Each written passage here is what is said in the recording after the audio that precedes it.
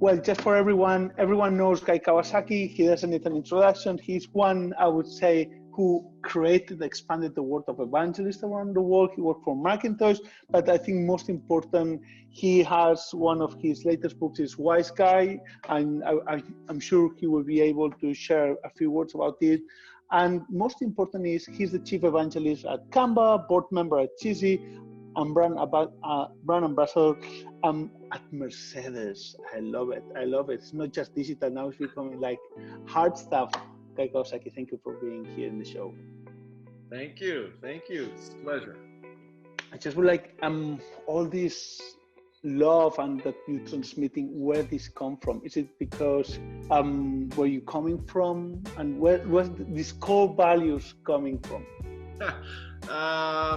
Well, from Hawaii, so you very seldom meet unhappy people from Hawaii. And I have 4 wonderful children and wonderful wife. I mean, what do I have to complain about? I'm a happy guy. I'm a lucky guy. How? And it's funny. When did you notice that you were a happy person? That's a profound question, huh? I'm just giving you a good one. Because I'm very sure many times you were like, not satisfied enough. That's why we do master. That's why we work for a company. I can honestly tell you, I've never felt unhappy. So it's not like I was unhappy and then one day I turned happy. Yeah. I've never been unhappy. And when we work for companies, for example, myself, it's like you have those moments that you don't feel fulfilled. What recommendations do you have? Or shall we just change it all, man?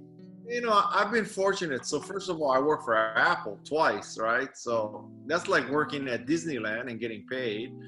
And then I started my own company. And this is not to say that at Apple, I went through layoffs, and at my own company, we had to lay off. I mean, so there were difficult times, but I can't tell you that there was ever a time where I was just totally angry and depressed and all that. I've had a charmed life. What can I say? Maybe not as charming as, I don't know, John Ive or Steve Jobs, but yeah.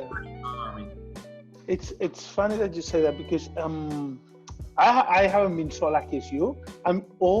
Probably, Guy, you don't remember the bad times and you just remember the good times.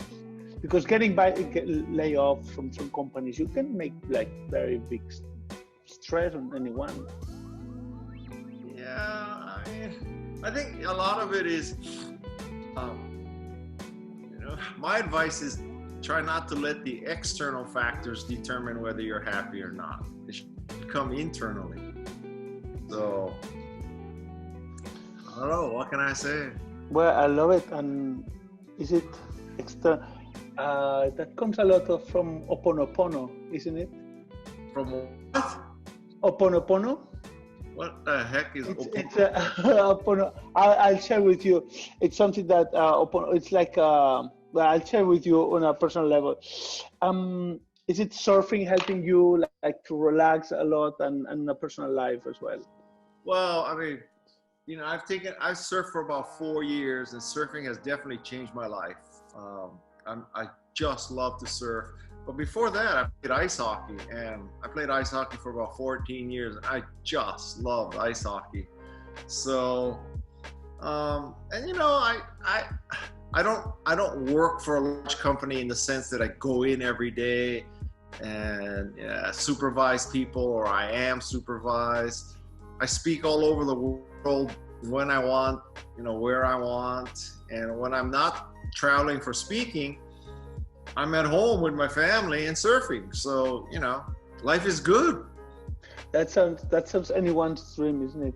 And how do you go often, let's say, to Canva or to Cheesy offices, or you just meet once a month through this? No, for Canva, I go to the office in Australia once a year. Once a year? Yeah. And so my focus is primarily outward for Canva. So my job is to make sure people understand that Canva has democratized design and can make anybody an effective designer. And that's a very easy message to tell. So This is called Guy's Golden Touch. So Guy's Golden Touch is whatever gold Guy touches. And I think it's completely true. And the thing is that you say democratize when you work for Apple. You are also working for a company who democratize computing. And Yes. what about Mercedes? Am I going to be able to have a Mercedes then? No, Mercedes is not democratizing. And it's funny because it's something that I heard that you say about, and I didn't thought about it. And it's okay, electric cars, asking from the mobile, and then what about all the parkings are going to be available in the cities? This is just going to be changing so much. I don't know if you have any flow with Mercedes, working with them on that flow, or what do you do for them? Well, for Mercedes, again, outward bound, just being a visible person who drives a Mercedes. So the brand ambassador program, they have Garrett McNamara, who's a world-class big wave surfer. They have a woman who was the first female F1 driver. They have, an opera star. So they have Roger Federer. So they have those kinds of people. And the calculation is, you see Roger Federer driving a Mercedes, you want to drive a Mercedes too. I don't know if you see Guy Kawasaki driving a Mercedes, you want to drive a Mercedes too, but that's what they think happens, so I'm not going to change their minds. Okay. It sounds amazing. And what's a normal day for Guy Kawasaki? Well, during the summer, I get up at about 6 o'clock. I go to a coffee shop, answer email, do some social media. Then I go surfing, and then I come back and I eat, and then I do more email and social media, and then I go surfing, and then I eat, and then I go sleep. Do you meditate? No. No, nothing. Wow, I love it, man. I don't meditate. You sound so profound and everything. I'm like 10 hours of meditation before any speeches and everything. I don't do any meditation. I remember when we started FindThatLead, a few years ago, what we did is the art of pitching, and it's like these 10 slides on how to make your perfect pitch. And everyone's like, we were preparing our pitch based on what you were saying. And what recommendations you can give to any startup for when they're about to pitch? Well, first of all, stepping back a little bit, the reason for a startup is not to raise money.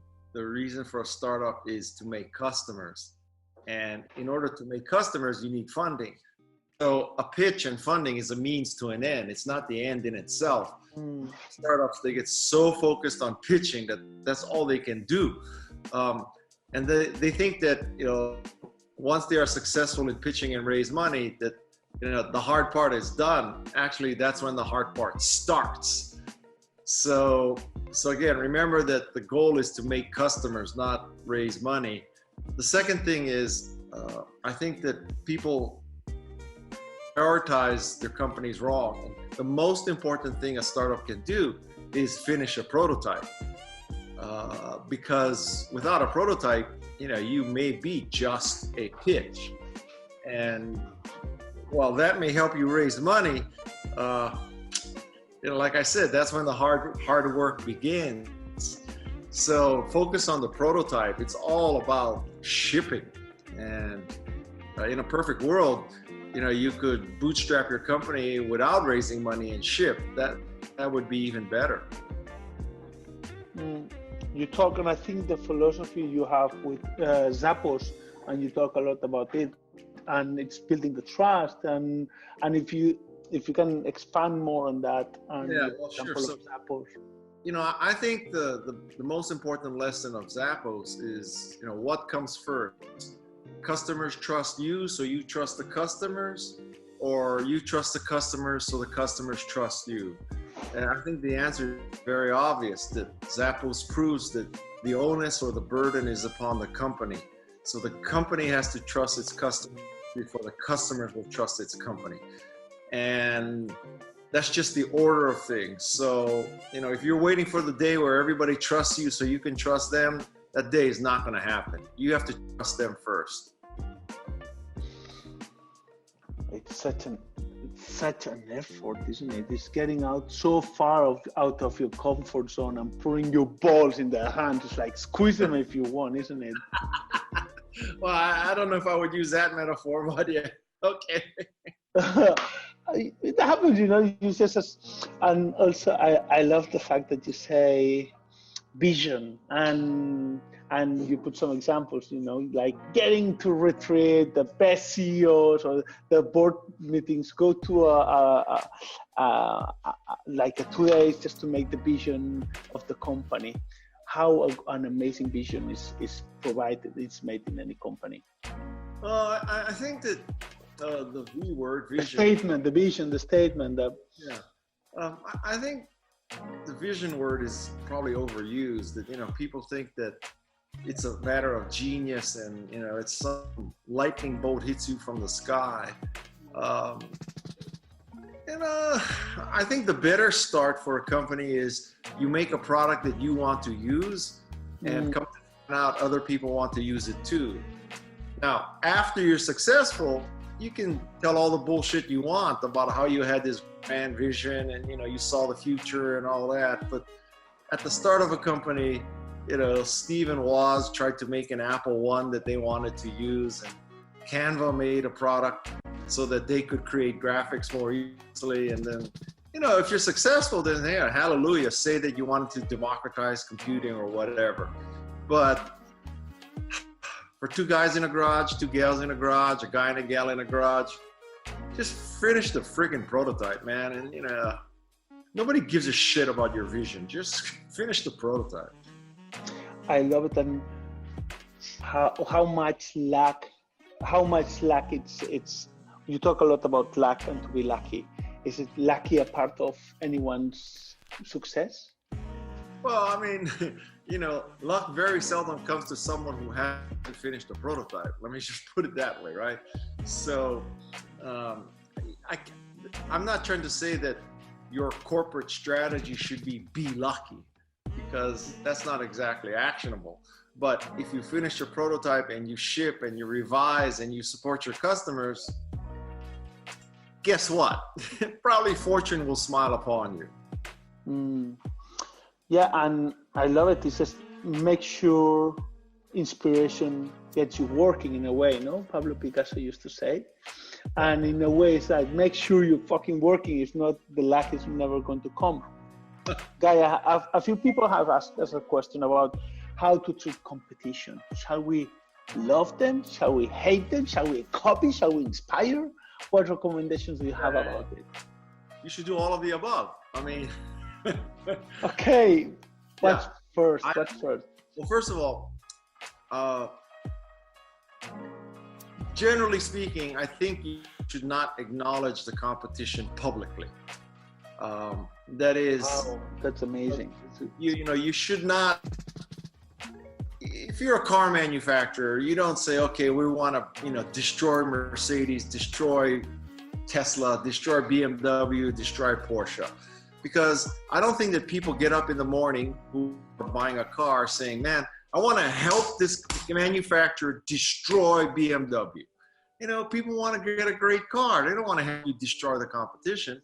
So, you know, why are you trying to position yourself as destroying the competition?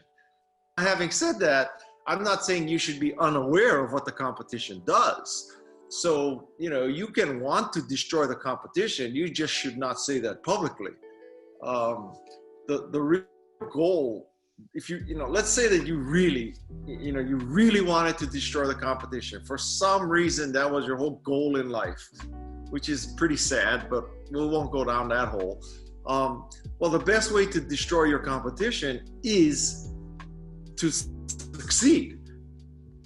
As opposed to do something to the competition, you should do something for people. And so, you know, so you should, you know, internally acknowledge your competition. I would never take them on publicly. I would never denigrate them publicly. You should look at what they do and copy the good stuff and avoid the bad stuff. And, you know, your competition is also a means to the end. I love it. And sometimes I love this new, I will put this on, I do acknowledge competition when I'm talking to people. And I think it's important. Yet I have Hunter of Wall and Norbert, but also saying what you're saying, it's beautiful, because what I say is we are helping the end user. They're helping me to do my vision better, which is help 1 million people to find the email of the future best customers. Mm-hmm. But what you're saying is also makes sense, you know, just do your path and ignore them in a way.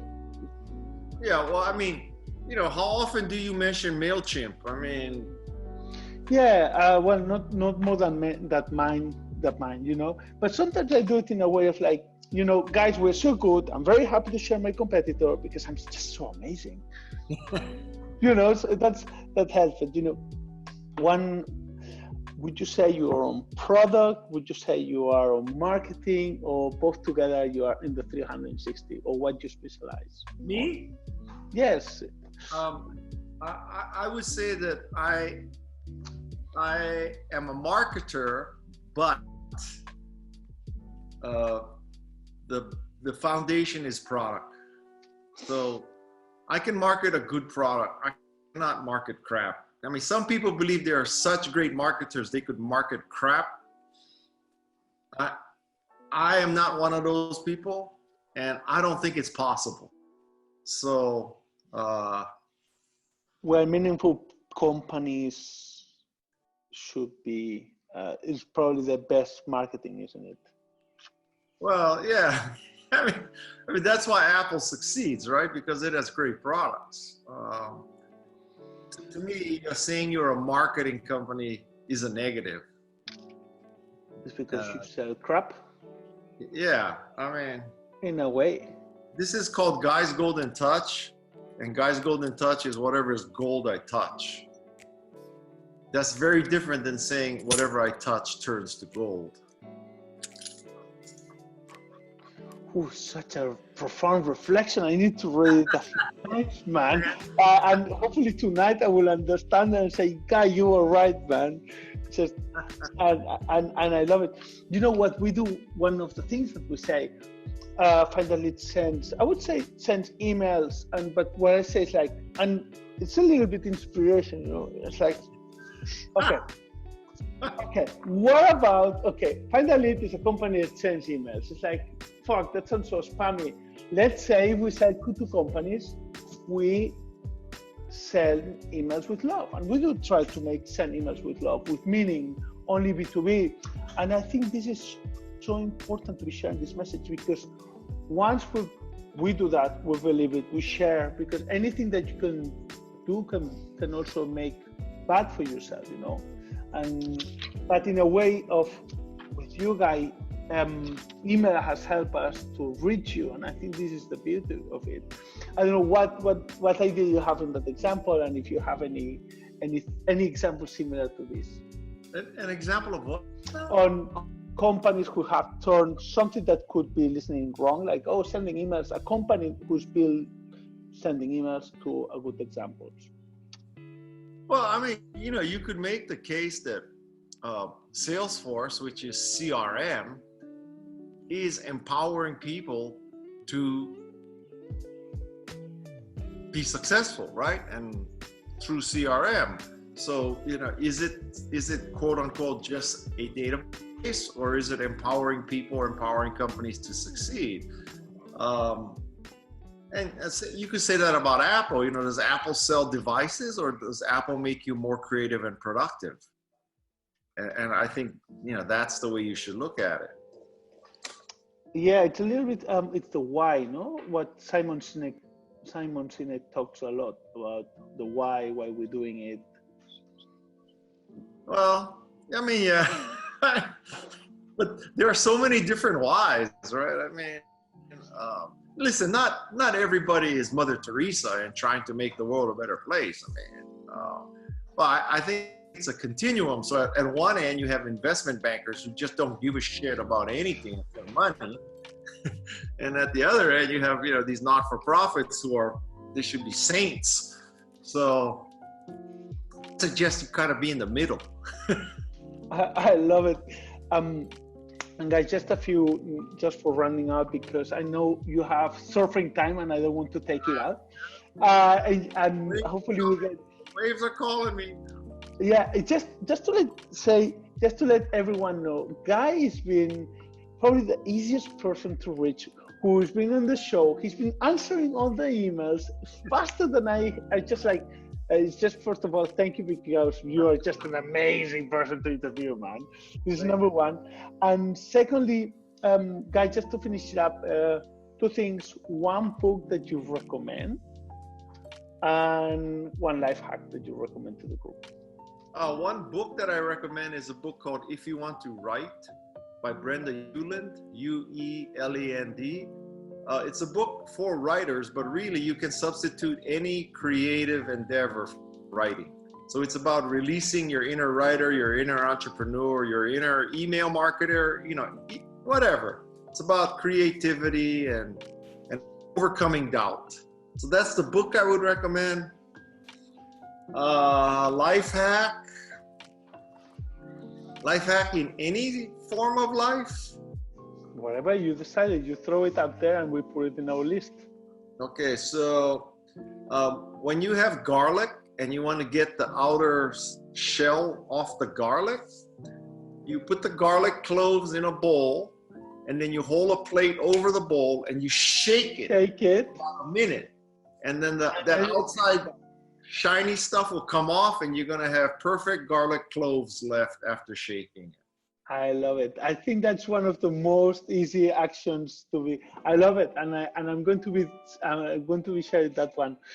Guy, also that just to finish up. Now you said the Salesforce guy.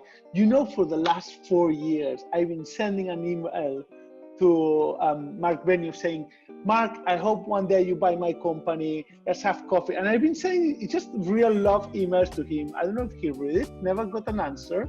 But one day maybe he's answered me. If you know him, it would be amazing that you connect with him. I gave Mark Benioff his first job, actually. So really? I'll tell you, I'll give you a little tip, okay? In technology, companies are not sold, they're bought. Yeah. So what I mean by that is, you cannot call Mark Benioff up and say, Mark, you should buy my company. That just, and I, like every day, probably 20 people send an email to Tim Cook saying, oh, Apple would be so much better if it bought my company, right? Because I make shrimp farming software for iOS, or, whatever bullshit thing you do. And so that's not how it works. The way it works is Tim Cook or Mark Benioff has to figure out or be told by someone inside Salesforce or Apple, you should buy this company. We need this company. Our customers are using this company. This company would, fill a hole in our product offering. So the way companies are sold is that the company that is doing the buying has figured out they need you. Not that the company that is being sold has figured out they need the buyer. So what you have to do is make such a great company that Mark Benioff calls you up. That's the test. Because sending him an email ain't gonna work. This is like, I have goosebumps in here, man. I just think it's just like, I love the state, man. I love it. Let me ask you a question. I'm thinking of starting a podcast. Do you think I should do a podcast? And I'm going to help you. Yes, you should do a podcast. Guy, number one, let me tell you 3 rules. Let me give you. Do a podcast, talk to your 5 closest friends, interview them, and that's it, man. You're going to have like thousands of people doing it. To do a podcast. And let me tell you. Yeah, but you know what? Everybody thinks, they should do a podcast, right? 5,000 people a day start a podcast. Yeah, but you know what? You are like probably the happiest person I know who wrote books amazingly, and everyone wants to have like this huge smile that you have. And seriously, you are in SaaS, you are in tech, and me are in tech and smart. I love to listen about this podcast. And Okay. yes, I am. I'm going to send you some. I don't know, whatever you need for the podcast, man. If I can have a group with 16,000 people, you can have a group with like no time with 1 million people in your I podcast. hope so. And Okay. and it's just for fun. We do it for fun, and I'm very sure you will enjoy it as well. Guy, thank you very much for being in the show, and let's see you very soon. Oh, by the way, if I sell my company with the strategy that you say, I certainly will come to visit you and hopefully do a lot of like dinners and stuff and breakfast with you. Thank you, Guy. You're amazing. Best of luck. Thanks. Bye bye.